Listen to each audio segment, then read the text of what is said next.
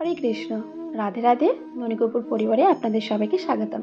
কেমন আছেন আপনারা সবাই? আশা করি সবাই খুব ভালো আছেন, সুস্থ আছেন। আর আমিও কিন্তু খুবই ভালো আছি।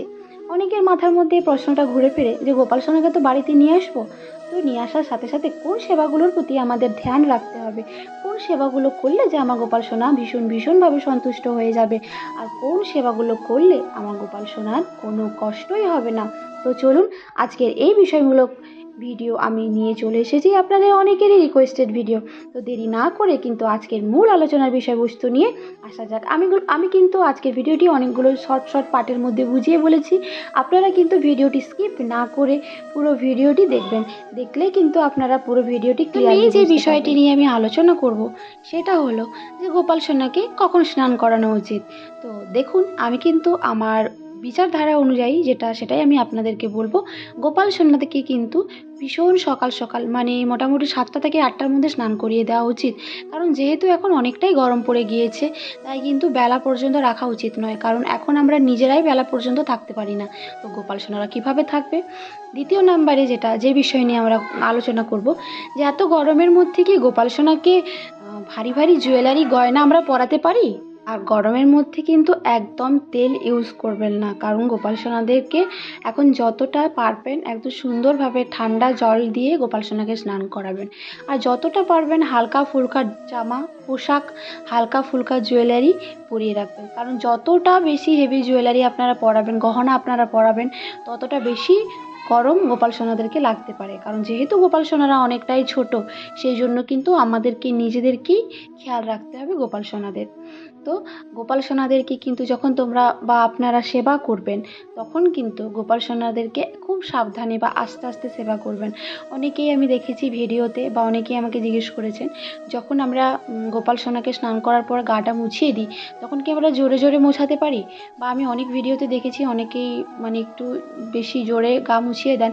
বাট এরকম করবেন না। গোপাল সোনাকে একদম হালকা একটা সফট তওয়ালা নেবেন, তাতে সুন্দরভাবে হালকাভাবে সফটভাবে একদম সুন্দরভাবে পুরো শরীর গোপাল সোনার মুছিয়ে দেবেন আস্তে আস্তে, যাতে গোপাল সোনার কোনো আঘাতেই না লাগে।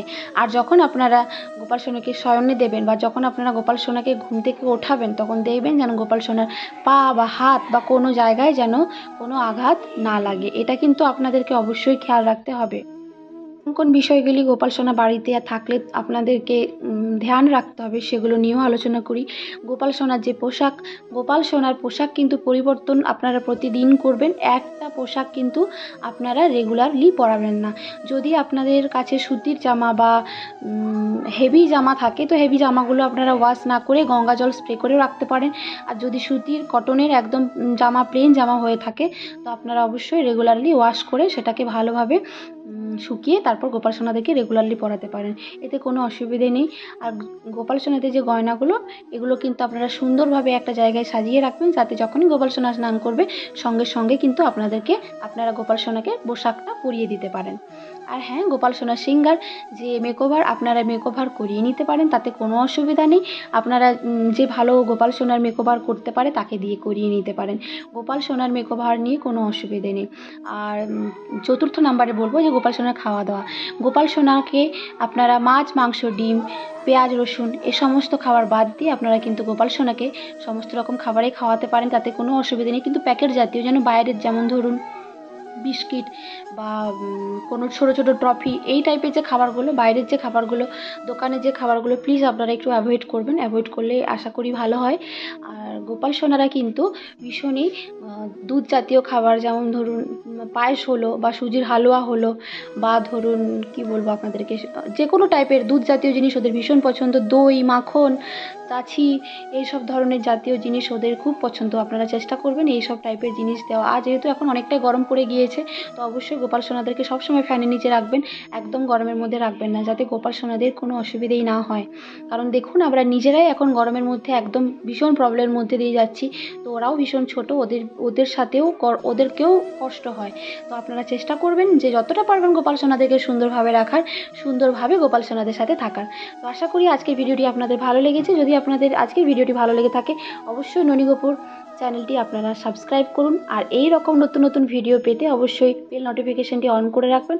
আর অবশ্যই আজকের ভিডিওটি লাইক করবেন। তো সবাই ভালো থাকবেন, সুস্থ থাকবেন, সবাইকে আমার তরফ থেকে আর আমার গোপাল সোনাদের তরফ থেকে, মিষ্টি মিষ্টি গোপাল সোনাদের তরফ থেকে রাধে রাধে।